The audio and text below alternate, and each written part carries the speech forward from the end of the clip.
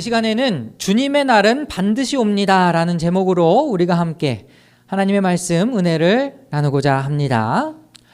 여러분, 요즘 여름 날씨 어떻습니까? 한국의 여름 날씨. 한 10년 전하고 비교해 봤을 때 정말 뭔가 이상하지 않아요? 네, 정말 예측할 수 없는 날씨죠. 기상청도 참 지금 때처럼 이 곤욕을 겪은 때가 없는 것 같아요. 내일은 비가 150mm가 내릴 것입니다 라고 이야기를 했지만 비가 또 한 방울도 안 내리기도 하고, 네, 내일은 날씨가 쨍쨍할 것입니다 했는데 또 엄청나게 비가 내리고, 비가 내리는 수준도 불과 한 3, 4년 전하고 비교해 보더라도 굉장히 큰 차이가 있죠. 엄청나게 그냥 폭우가 한꺼번에 하늘이 구멍이 뚫렸나 싶을 정도로 그냥 그 비 맞으면 정수리 뚫릴 것 같은, 네, 그 정도로 너무 많은 비가 갑작스럽게 내리니까 어떻게 무방비 상태에서는 그냥 당할 수밖에 없어요. 그런데 이게 옛날 같으면은 정말 샤머니즘, 토테미즘 이런 것처럼 그냥 이 토착 신들을 섬기던 그때에는 그 신들한테 제발 우리에게 비를 내려주십시오 하든지 아니면 비를 멈춰주십시오 이렇게 빌던 때가 있지 않았습니까? 근데 이제는 우리가 과학이 너무나도 발달해가지고 이게 기상이변이라는 것을 굉장히 잘 알고 있죠. 이상기후 때문에 이런 일들이 벌어지고 있다라는 것입니다. 그래서 제가 자료를 찾아봤더니 이 산업혁명 이후로 1.5도, 기온이 1.5도가 올라가게 되면은 그때는 더 이상 이 인류가 손 쓸 수 없는 상황이 된다고 하더라고요.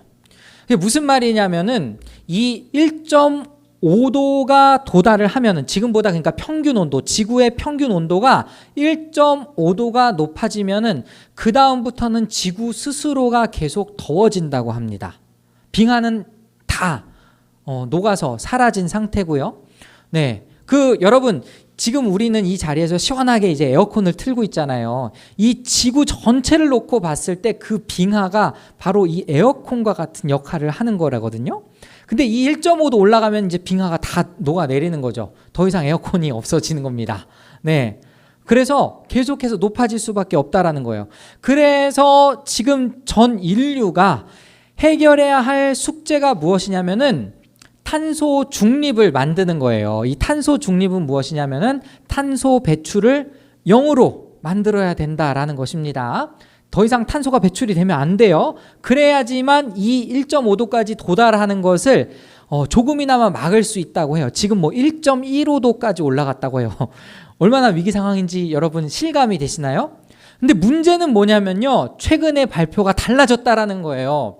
예전에는 2050년까지 1.5도를 낮춰야 된다라고 했는데 1.5도 밖으로 넘어가면 안 된다고 얘기를 했는데 지금은 2030년 안으로 1.5도가 도달하지 않도록 해야 된다라고 이야기를 하고 있습니다. 심각한 문제는 지금 탄소 중립에 대한 논의가 계속해서 이어지고 있음에도 불구하고 올해 탄소 배출이 16%가 증가했다라는 것이죠. 여러분, 이런 얘기를 들으면 어떻습니까? 정말 좀 와 닿으세요? 야, 진짜 심각하구나 이런 생각 드십니까?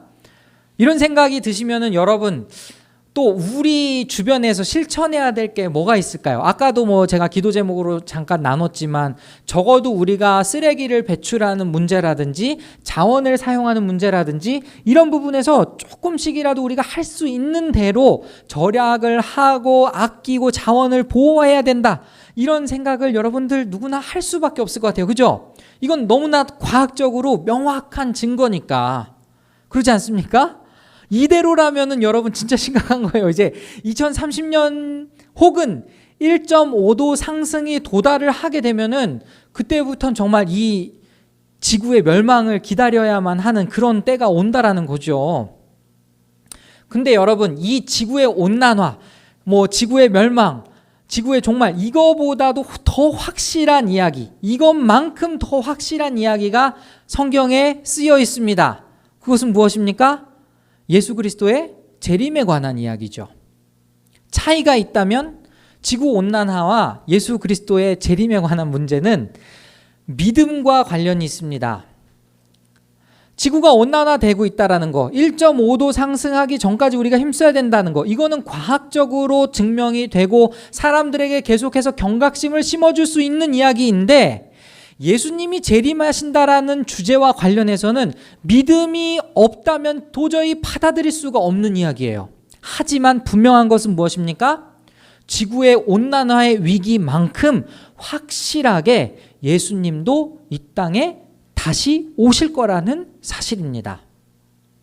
그런데요, 이 지구 온난화는 다시 말씀드리지만 계속해서 매스컴을 통해서 이제 정말 얼마 남지 않았습니다. 우린 정말 아껴야 됩니다. 이런 걸 계속 보니까 지금 뭔가 해야겠구나라는 생각이 드는데, 예수님의 재림은 그런 게 아니에요. 예수님이 오신다고 말씀하신 뒤로부터 2000년이 지나도록 예수님이 안 오셨어요. 그러니까 어떻게 됩니까? 사람들이 점점 무뎌지죠. 주님 반드시 오신다고 하셨음에도 불구하고 이제 진짜로 오실까? 이런 의심이 생기기도 하고요. 예수님이 오신 시간이 점점 더 길어지기 시작하니까 이제 그 기다림을 준비한 사람들이 약간씩 느슨해지는 겁니다. 그래서 오늘 이 말씀은요, 이제 데살로니가 전서에 있는 말씀인데, 우리가 한번 이 성경 말씀을 통해서 주님의 오심을 어떤 마음으로 준비를 해야 되는 것인지 우리가 한번 살펴보았으면 좋겠어요. 우리 일단 1절을 한번 보실까요? 오늘 본문의 1절 말씀 보면은 이렇게 시작하고 있죠. 형제자매 여러분, 그 때와 시기를 두고서는 여러분에게 더 쓸 필요가 없겠습니다 라고 시작을 하고 있습니다. 그런데 지금 이 1절만 보고 우리가 얻을 수 있는 힌트는 무엇이냐면은 잠깐 저를 봐주세요. 데살로니가 전서에 이 서신을 보낼 당시에 이제 바울 사도께서 쓰신 편지인데요. 이 데살로니가 교회와 지금 멀리 떨어져 있는 상황에서 고린도 지역에서 편지를 쓰신 걸로 알고 있습니다. 이 정황을 살펴보면 일단은 여러분 나중에 성경을 살펴보시면 아시겠지만 사도행전 17장에 가면 이 바울 사도께서 데살로니가 지역을 전도하시는 모습이 등장해요. 근데 안식일에 3번, 그러니까 3번의 안식일에 말씀을 증거하심으로 봤을 때 짧게는 한 3주 정도, 길게는 3달에서 6달일 수도 있는데 성경에 있는 그 내용만 봐서는 한 3주에서 4주, 그러니까 아주 짧은 기간 동안 바울 사도께서 데살로니가 지역에 머물러 있었구나 하는 것을 성경을 통해서 알 수 있습니다. 그런데 그 지역에서 이제 유대인들이 막 불량배들을 선동해가지고 바울을 죽이려고 하니까 어쩔 수 없이 도망을 가게 된 거예요. 떠나갔어요. 그리고 그 자리에 디모데를 남겨놨고요. 그리고 계속해서 바울 사도께서는 다른 곳으로 전도를 하고 그런 와중에 이제 나중에는 이제 시간이 지나서 고린도 지역에 이제 그 디모데와 함께 만나게 되는데 그 데살로니가 교회 소식을 듣게 되는 겁니다. 그들이 믿음을 아주 잘 지키고 있어요. 그런데 이들 가운데에서 예수 그리스도의 재림에 관한 문제가 터졌던 것 같습니다. 어떤 문제였냐면은 여러분 제가 좀 전에 말씀드렸듯이 바울 사도께서 이 3, 4주 정도밖에 안 되는 짧은 시간 동안에 복음을 전했다라고 한다면 제 아무리 바울 사도였다 할지라도 절대적인 시간이 부족한 거 아닙니까? 그래서 모든 교리를 다 가르칠 수는 없었을 거예요. 재림에 관해서는 기초적인 교리를 전파했을지는 모르겠지만 아주 깊숙한 내용까지는 증거할 시간이 없었던 거죠. 그래서 그 재림에 관한 문제를 듣게 되고 디모데에게 그것을 이제 편지를 통해서 이 문제에 관해서 내가 편지를 쓸 테니 잘 전달해 주어라. 이래서 그 데살로니가 전서의 내용에 이 재림에 관한 메시지가 있는 겁니다.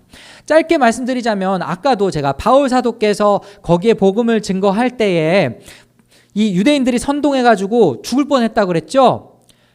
데살로니가 성도들 가운데에도 갑작스럽게 순교를 당하게 된 그러한 성도들이 생겨난 거예요.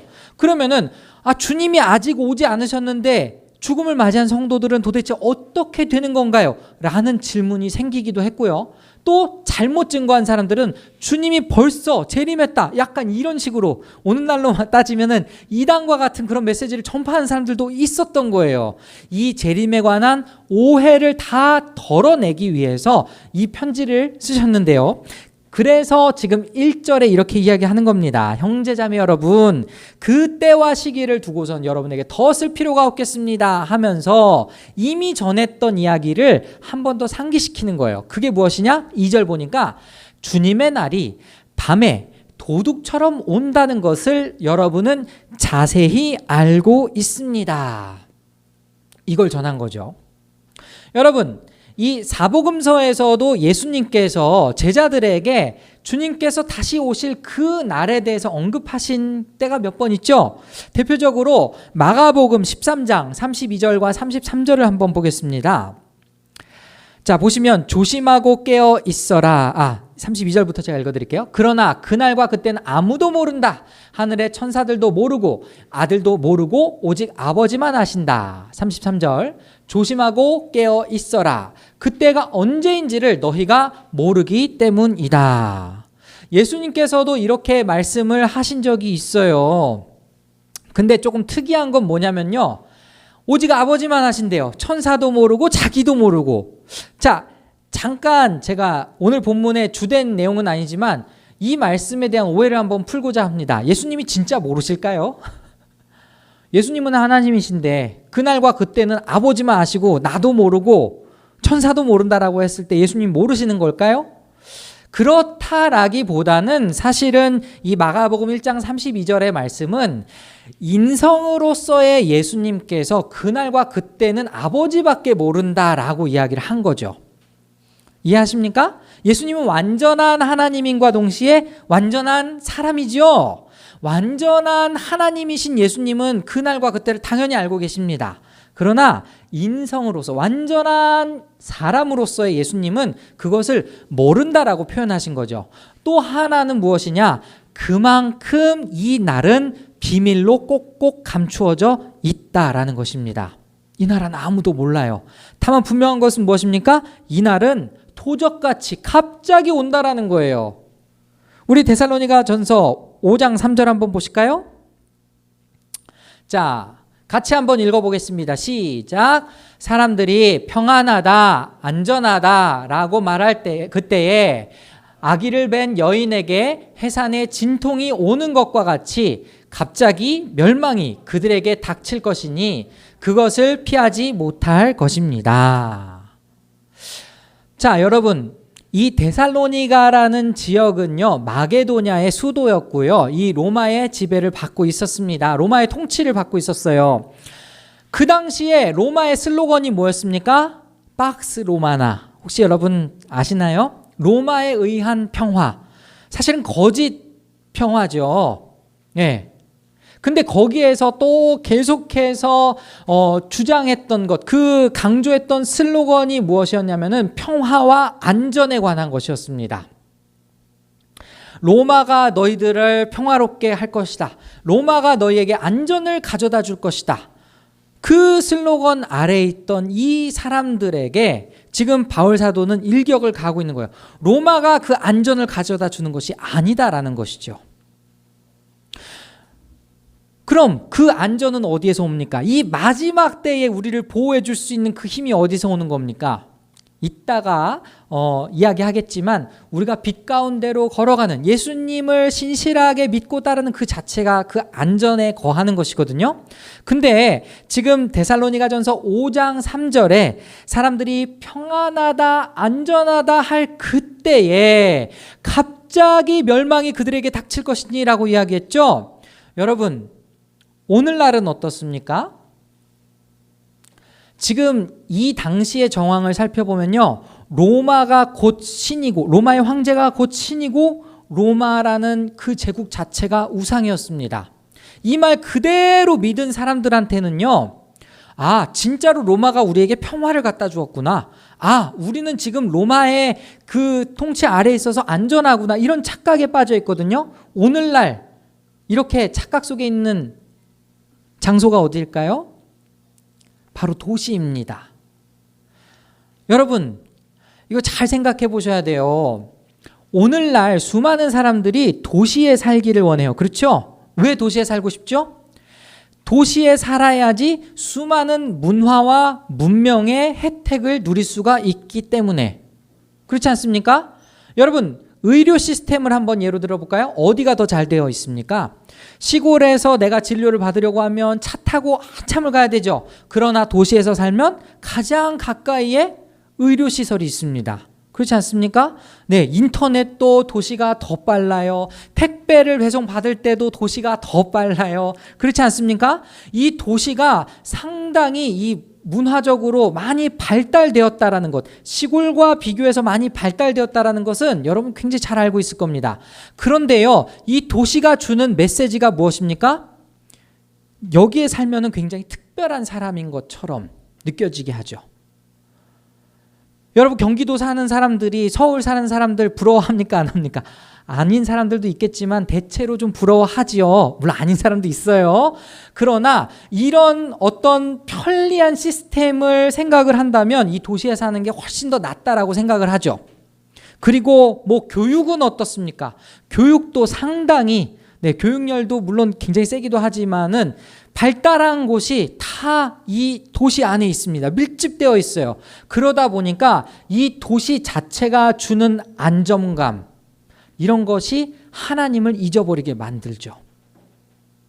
우리 오늘 이 양덕훈 선교사님 부부께서 오늘 이 자리에 오셨는데, 예배 전에 잠깐 이야기를 나누다 보니까 이제 시골에서 복음을 전하는 사역에 대해서 이야기를 하시더라고요. 근데 제가 여쭤봤어요. 도시보다 시골이 더 복음이 전도가 잘 되지 않습니까? 라고 여쭤봤더니 그렇다고 하시더라고요. 자, 왜 그럴까요?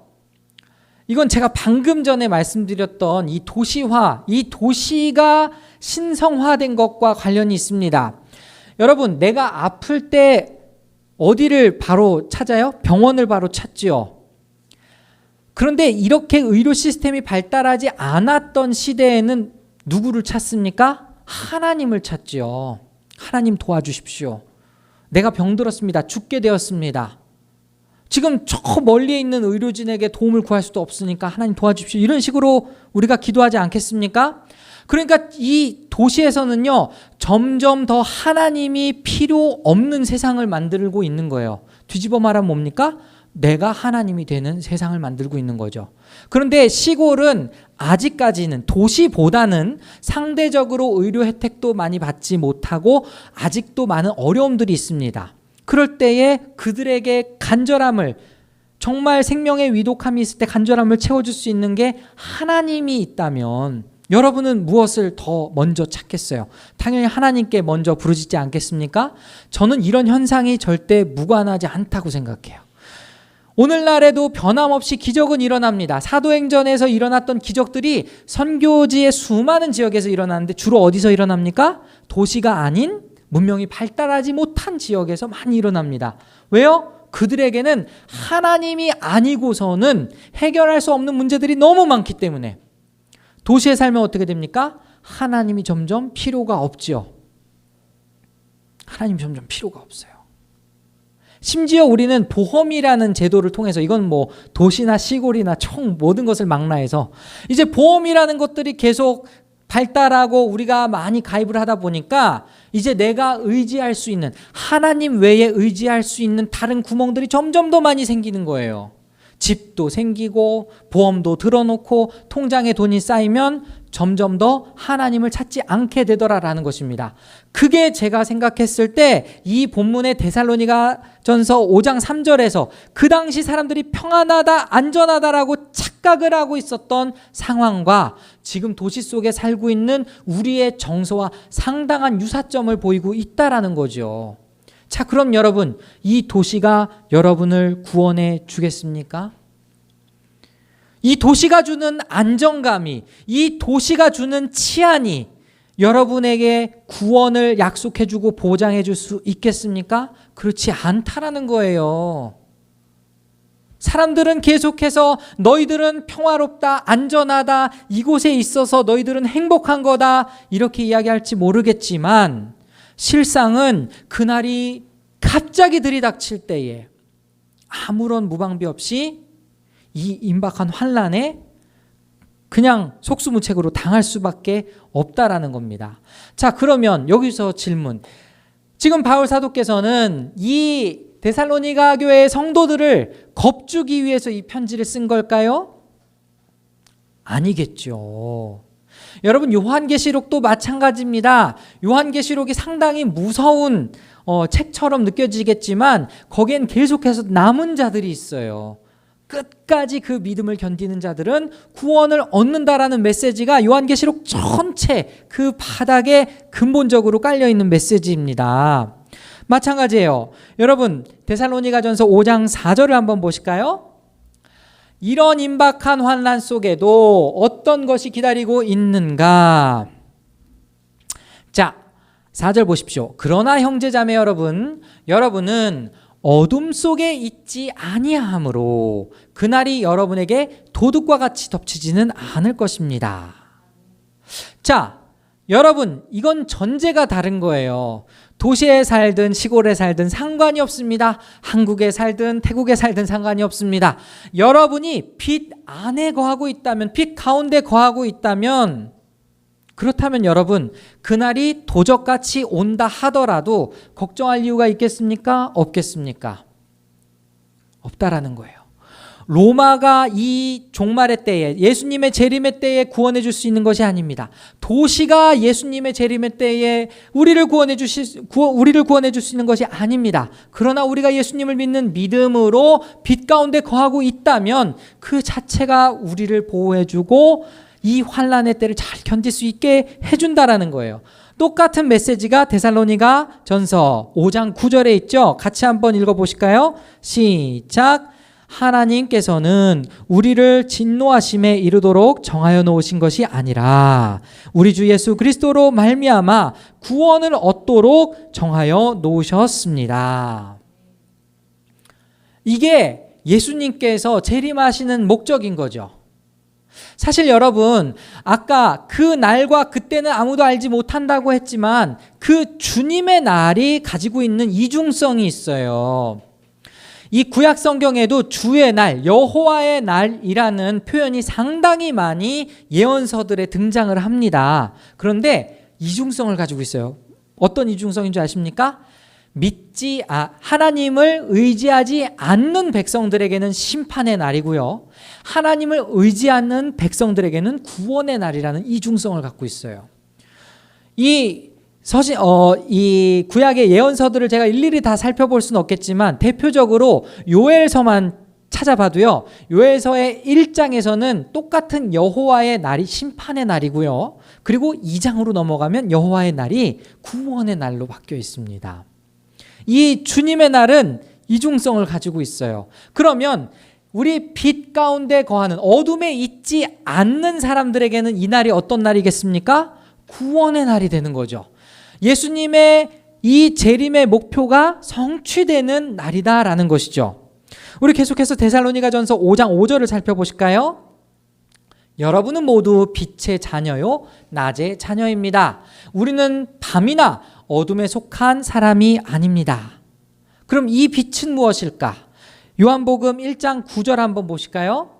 우리 계속해서 우리 김태훈 목사님께서 요한복음 강의를 해주시고 계시는데 이 말씀 기억나시나요? 같이 한번 읽어보겠습니다. 시작. 참 빛이 있었다. 그 빛이 세상에 와서 모든 사람을 비추고 있다.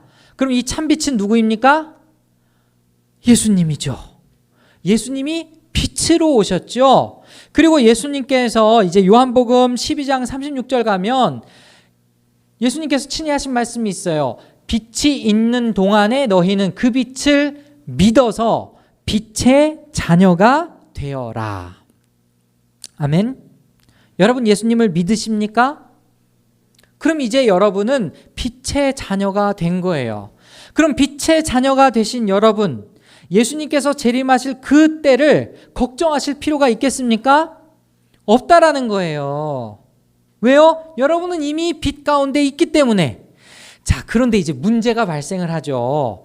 여러분의 신분은 이미 빛의 자녀가 됐는데 빛의 자녀답지 못하면 그럼 어떻게 될까? 이것도 심각한 문제죠. 그래서 여러분 이 바울 사도께서는요, 빛의 자녀임에도 불구하고 계속해서 우리가 그 빛 가운데 거할 수 있도록 노력해야 된다라는 메시지를 우리에게 주십니다. 데살로니가전서 5장 8절 한번 보실까요? 그러나 우리는 낮에 속한 사람이므로 정신을 차리고 믿음과 사랑을 가슴막이 갑옷으로 입고 구원의 소망을 투구로 씁시다. 이 말씀 한번 계속 보실까요? 이 말씀 구절을 보면, 아니요, 그 전에 이 말씀 구절을 보시면은 마치 에베소서 6장에 나오는 그 성령의 전신갑주 같은 느낌을 받아요. 그죠? 그런데 제가 지금 여기 노란색으로 표시한 구절들, 믿음과 사랑, 소망. 예, 믿음, 소망, 사랑. 우리 기독교의 최고의 가치 아닙니까? 자, 바울 사도께서 이렇게 언급하신 것은 이 데살로니가전서 전체의 서신을 살펴보면요. 이제 데살로니가전서 1장 3절 한번 보시죠. 서두에 이렇게 또 말씀하세요. 또 우리는 하나님 우리 아버지 앞에서 여러분의 믿음의 행위와 사랑의 수고와 우리 주 예수 그리스도께 둔 소망을 굳게 지키는 인내를 언제나 기억하고 있습니다 하면서 믿음과 소망과 사랑을 이미 강조하셨습니다. 그래서 이것은 이제 수미상관이라고 하는 거예요. 이제 저를 보시죠. 수미상관. 그러니까 편지의 앞부분과 편지의 뒷부분에 또 거의 비슷한 부분에다가 믿음과 사랑과 소망을 언급함으로써 이 데살로니가 교인들에게 그것을 계속해서 간직하라라는 메시지를 주고자 했던 것입니다. 뿐만 아니라 지금 이 데살로니가전서 5장 8절에 보니까 가슴막이, 갑옷, 투구 뭐 이런 식으로 표현되어 있지 않습니까? 이거는 다 뭐예요? 군인들의 이 장비이지 않습니까? 군인은 뭐 하는 사람이에요? 싸우는 사람이죠. 전쟁하는 사람이죠. 그러면은 빛의 자녀는 지금 이 땅에서 무엇을 해야 된다라는 거예요? 믿음과 소망과 사랑을 간직하면서 이 땅에서 계속해서 영적 전쟁을 치룰 수밖에 없는 군사와 같은 존재라는 것을 이야기하고 있는 것이죠. 여러분께 다시 한번 질문을 던지겠습니다. 주님의 날이 반드시 온다라는 것 믿으십니까? 기후위기가 반드시 찾아오는 것처럼 그거보다 어쩌면 더 명확한, 더 뚜렷한, 확실한 사실은 주님이 다시 오신다라는 거예요. 왜요? 성경에 쓰여 있기 때문에. 하나님은 거짓말을 하지 않으십니다. 성경에 그렇게 약속을 하셨다면 주님은 언젠가 반드시 오실 거예요. 그럼 그 반드시 오실 그 주님을 우리가 어떻게 준비를 해야 되겠습니까? 이제 오늘 본문의 가장 가운데 있는 5장 6절의 말씀을 한번 같이 읽어보겠습니다. 큰 소리로 읽어볼까요? 시작! 그러므로 우리는 다른 사람들처럼 잠자지 말고 깨어있으며 정신을 차립시다. 아멘. 우리는 정신을 차리고 깨어 있어야 된다라는 거예요. 자, 그럼 이 말은 물리적으로 우리가 잠자지 말고 깨어 있어야 된다라는 말일까요? 아니죠. 잠자지 않고 어떻게 버팁니까? 우리 체력이 안 되는데. 이건 영적으로 우리에게 깨어 있으라라고 이야기하는 거예요. 자, 제가 성악을 전공했습니다. 자, 다 아시죠? 근데 음악회가 있어요. 음악회를 제가 준비를 해야 됐는데 만약에 제가 막 그 음악회에서 떨지 않기 위해서는 어떤 준비를 해야 될까요? 그 음악회를 앞두고 사실 가장 많이 연습을 하고 준비를 하면 저는 덜 떨 것 같아요. 그렇지 않습니까? 준비가 하나도 안 된 상태에서 가사도 제대로 외우지 못하고 음정 박자도 제대로 익히지 못한 상태에서 무대에 서야 된다고 한다면 그것 자체가 상당히 불안하고 긴장되고 그러지 않겠습니까? 우리 음악한 친구들 비슷한 거 느껴본 적 있지 않으세요? 그죠? 그날과 그때를 잘 준비하기 위해서는 우리가 계속해서 깨어서 정신을 차려야 된다라는 겁니다. 느슨해져서는 안 된다라는 거예요. 언제가 될지 모르지만 그날은 반드시 온다. 지난주에도 우리 김태훈 목사님께서 말씀 증거하시면서 나왔던 이야기가 무엇입니까? 5 처녀가 등불에 기름을 잘 채워서 준비를 해야지 주님을 잘 맞이할 수 있잖아요. 그렇지 않습니까? 우리가 깨어있지 않으면 그 등불의 기름조차도 준비할 수 없다라는 것입니다. 예수님께서도 직접 말씀하셨어요. 아까 우리 마가복음 13장 32, 33절 봤잖아요. 이번에는 마가복음 13장 35절과 37절 한번 보실까요? 주님께서 똑같은 말씀하셨습니다. 그러므로 깨어 있어라. 집주인이 언제 올는지, 저녁녘일지, 한밤중일지, 닭이 올 무렵일지, 이른 아침녘일지 너희가 알지 못하기 때문이다. 주인이 갑자기 와서 너희가 잠자고 있는 것을 보게 되는 일이 없도록 하여라. 내가 너희에게 하는 말은 모든 사람에게 하는 말이다. 깨어 있어라. 깨어 있어야 됩니다. 영적으로 깨어 있어야 됩니다. 그런데 이 말이 또 막연하죠? 정신 차려서 그럼 뭘 한단 말입니까? 자, 여기서 제가 힌트를 얻을 수 있는 구절을 한 구절 더 소개시켜 드리겠습니다. 요한계시록을 가면은 이제 예수님께서 7교회에 메시지를 보내시죠. 그 중에 4대 교회라고 있어요. 4대 교회에 보내신 메시지 중에 이런 말씀이 있습니다. 요한계시록 3장 2절에서 3절. 예수님께서 4대 교회에 하신 말씀이에요. 깨어나라. 그리고 아직 남아있지만 막 죽어가는 자들을 굳건하게 하여라. 나는 내 행위가 나의 하나님 앞에서 완전하다고는 생각하지 않는다. 그러므로 네가 그 가르침을 어떻게 받고 어떻게 들었는지를 되새겨서 굳게 지키고 회개하여라. 만일 내가 깨어있지 않으면 내가 도둑같이 올 것인데 어느 때에 내가 내게 올지를 너는 알지 못한다. 우리 노란색만 다시 한번 읽어볼까요? 그러므로부터 시작. 그러므로 내가 그 가르침을 어떻게 받고 어떻게 들었는지를 되새겨서 굳게 지키고 회개하여라. 여러분, 깨어있는다라는 것은 바로 이런 의미입니다. 주님께서 우리에게 가르쳐 주신 그 말씀을 계속해서 되새기고 계속해서 그 말씀을 가르치고 전하면서 계속해서 그 말씀을 행하는 거예요. 깨어있다라는 것은 그 의식적으로 그냥 깨어서 가만히 있으라는 의미가 아닙니다. 여러분, 지구에 위기가 닥쳐있다라는 것을 우리가 체감을 했다면 어떻게 가만히 있겠습니까? 그렇지 않아요? 뭐라도 하겠죠. 주님이 당장에 오실 것이다라는 것을 우리가 정말 제대로 깨닫고 있다면 어떻게 가만히 있겠습니까? 우리도 오늘도 깨어서 주님의 말씀이 무엇을 의미하는지를 깨닫고 그대로 살도록 노력해야겠죠. 그런데 여러분, 이것은 결코 큰 요구가 아닙니다. 빛에 거하면 그냥 자연스럽게 이루어지는 일들이에요. 여러분, 신분이 빛의 자녀로 변화되었음을 믿으십니까?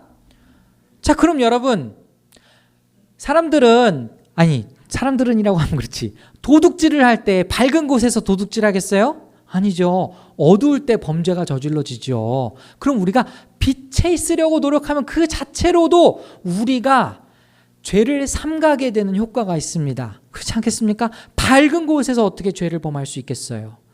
나아가서 더욱더 적극적으로 주님께서 보이신 그 빛을 쫓아 간다라는 것이 바로 이 요한계시록에서 나오는 말씀을 기억하고 되새기고 가르치고 전하며 그 말씀대로 살아가는 것, 그것이 바로 빛 가운데 거하는 것이다, 이것입니다. 오늘 말씀을 정리하겠습니다. 오늘 말씀의 마무리는 제가 이야기한 것보다 상당히 제가 생각했을 때는 무미건조하게 마무리가 지어지더라고요. 뭐냐면 이 11절 말씀 보니까 그러므로 여러분은 지금도 그렇게 하는 것과 같이 서로 격려하고 서로 덕을 세우십시오, 이렇게 마무리 지어지거든요. 근데 여러분, 격려하고 덕을 세우는 게 뭐가 그렇게 대단한 것 같아요? 사실 별로 대단한 거 아닌 것처럼 느껴지지 않습니까? 제가 생각했을 때 바울 사도께서는 일상을 성실히 살아라 라는 메시지로 마무리를 주시는 것 같아요. 여러분, 빛 가운데 가는 그것이 거창한 것이 아닙니다. 그냥 매일매일 빛 안에 거하면서 그 삶에 충실하면서 옆 사람을 사랑하고 세워주고 그리고 옆 사람에게 덕을 세우는 그 모든 것들이 결국에 주님이 오시는 그 길을 예비하는 것이라 이것입니다. 주님은 반드시 오십니다. 주님이 오신다라는 것을 망각하는 순간 우리가 어느새부턴가 어둠으로 기어갈 수밖에 없습니다. 이 진리의 약속, 이 진리의 말씀을 간직하면서 빛 가운데로 걸어가면서 주님 오실 길을 예비하는 우리 모든 성도 여러분들 되시기를 소원합니다.